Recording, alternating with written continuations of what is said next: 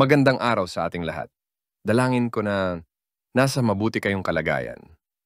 Ang pag-uusapan natin ay tungkol sa hapunan ng Panginoon na tinatawag na banal na hapunan or Santa Cena. Ang pagsasagawa ba ng banal na hapunan ay ginagawa na may literal na tinapay at katas ng ubas. Kailan naman dapat ito isinasagawa?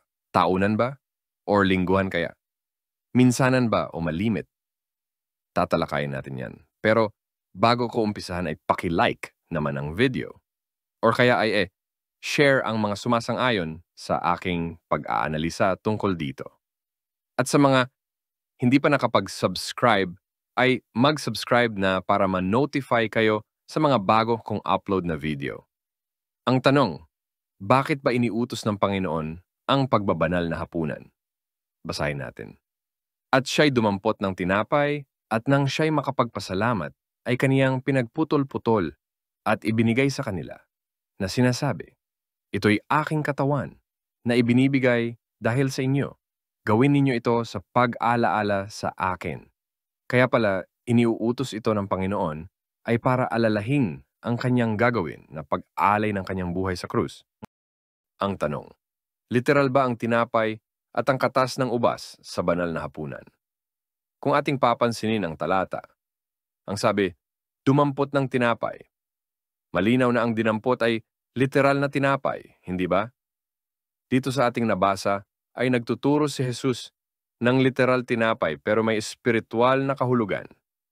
Ang espiritual na kahulugan ng tinapay ay ang sakripisyo ng katawan ni Jesus na ibinigay upang ialay ang kanyang buhay. Basahin pa natin ang kasunod na talata. Gayon din naman ang saro. Pagkatapos na makahapon, na sinasabi, ang sarong ito'y ang bagong tipan sa aking dugo na nabubuhos ng dahil sa inyo. Ang sabi gayon din naman ng saro.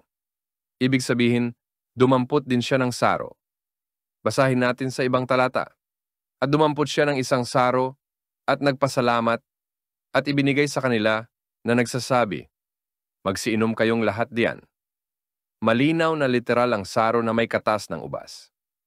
At ang simbolo nito ay ang dugo ni Jesus na nabuhos lang siya ay nasa krus. Kaya maling sabihin na espiritual ang tinapay at ang katas ng ubas. Ang espiritual ay yung kahulugan ng tinapay at ng katas ng ubas. Basahin muli natin ang mga talata.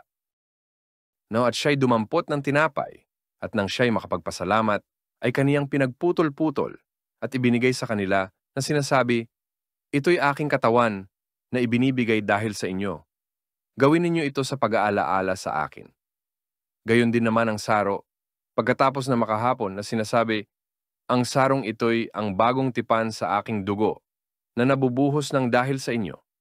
Kaya, sa mga naniniwala na espiritual ang tinapay at saro na may katas ng ubas ay namamali kayo sa diwa. Hari naway, dumating kayo ng mga tuto sa aral. Ngayon, kailan naman ito dapat ganapin? Isang beses ba sa isang taon? Minsanan ba o madalas? Sa aking pagbabasa sa aklat ng mga gawa ng mga apostol, ginagawa nila ito ng madalas. At meron pang instansya na ginawa nila ito ng araw-araw. Dahil nalalaman nila na malapit nang bumalik ang Panginoon, araw-araw sila'y nagkakatipon sa templo, nagpipira-piraso ng tinapay sa kanilang tahanan, at nagsasalo-salong masaya ang kalooban. At napansin ba ninyo ang mga unang Kristiyano noon ay may templo rin? May nagsasabi kasi na mga ngaral na wala naman daw templo noon ang mga Kristiyano, kundi sa bahay-bahay lamang, at si Pablo ay nangungupahan para doon isagawa ang pagkakatipon. Kaya mali ang mga ngaral na ito, na wala daw pinagawang templo ang mga Kristiyano noon. Kaya ang buong abuloy ay napunta lang sa bulsa ng mga ngaral na ito. Kaya kaawa-awa ang mga miyembro na walang maayos na bahay, sambahan o templo. Pero ang kanilang leader ay nakatira sa magandang mansion at may maraming magagandang sasakyan. Hindi ba Daniel razon? Kaya ang pagsasagawa ng banal na hapunan ay ginagawa rin nila noon ng araw-araw sa paniniwalang malapit nang dumating ang Panginoon. Pero sa ministeryo ni Pablo ay naisasagawa ng madalas o sa kanilang pagkakatipon tuwing unang araw ng sanglinggo. At ng unang araw ng sanglinggo, Nang kami nangagkakapisan upang pagputol-putulin ang tinapay, si Pablo ay nangaral sa kanila na nag-aakalang umalis sa kinabukasan. At tumagal ang kaniyang pananalita hanggang sa hating gabi. Dito sa nabasa natin. Ang banal na hapunan ay sa gabi nila isinagawa. Ang tanong, pwede bang gawin ito sa anumang oras, gaya sa umaga, tanghali o hapon? May nababasa kasi na ganito. Narito ako'y nakatayo sa pintuan at tumutuktok.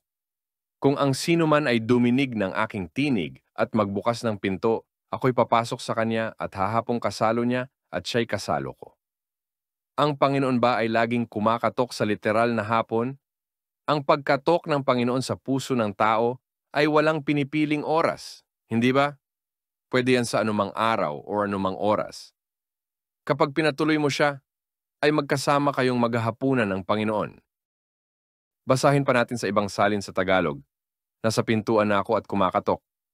Kung may makarinig sa aking tinig at magbukas, papasok ako sa kanya at magsasalo kami sa hapunan. Ako sa kanya at siya rin sa akin.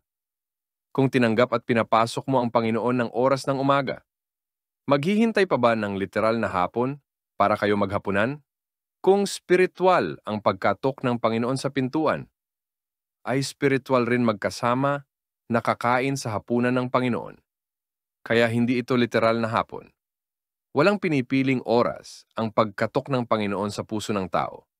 Pwede yan sa umaga, tanghali o gabi. Maaari na itanong ninyo ang nababasa ay hapunan kasi literally na ginawa yan ng Panginoon ng gabi, kaya tinawag na hapunan. Pero spiritually, pwedeng anumang oras. Dahil walang pinipiling oras ang pagkatok ng Panginoon sa puso ng tao sa sino mang tatanggap sa Kanya. Papaano ang mga nagtratrabaho sa night duty? Hindi na ba sila makakapaghapunan sa Panginoon dahil ang day off lang nila ay sa araw? Dahil ang pagkatok ng Panginoon ay hindi lamang sa literal na hapon.